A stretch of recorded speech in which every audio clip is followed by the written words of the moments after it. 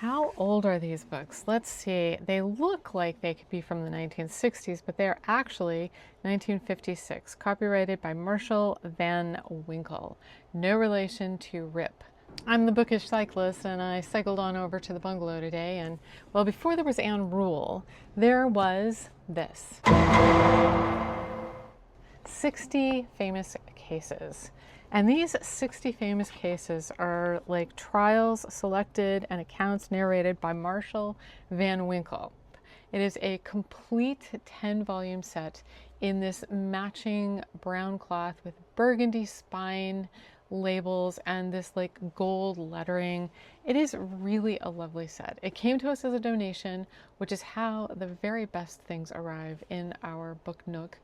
Criminal and legal cases, 20 of them, 29 in English and 31 American.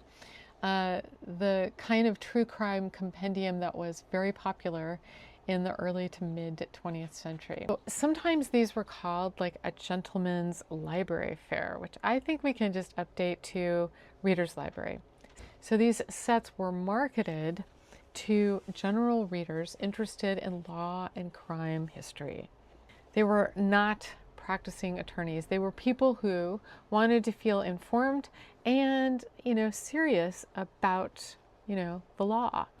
Condition-wise, I gotta say, this is just, they're lovely. Spines are unbroken. The cloth is consistent across all 10 volumes. They look to be hardly even touched, which is either a shame or a selling point, depending on how you look at it. Van Winkle's 60 Famous Cases does not have like strong name recognition or a passionate collector base. True crime readers today tend toward like individual titles rather than, a 10 volume institutional sort of set.